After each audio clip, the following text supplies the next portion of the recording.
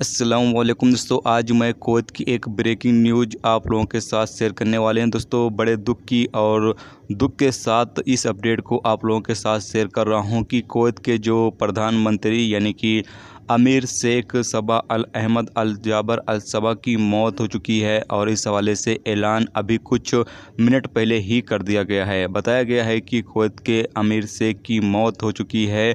आप तमाम दोस्तों से कहना चाहते हैं कि आप तमाम लोग उनके हक़ में दुआ करें, क्योंकि उन्होंने कुवैत के लिए काफ़ी सारी अच्छी चीज़ें की हैं। तो आप तमाम लोग भी उनके लिए दुआ करें कि अल्लाह उनको जन्नत में आला मकान दे और साथ में उनका जो भी आखिरत का सफ़र है वो अल्लाह आसान फरमाए। चलिए फिर दोस्तों, यहाँ पर कुछ वीडियो है, वो भी आप यहाँ पर देख सकते हैं।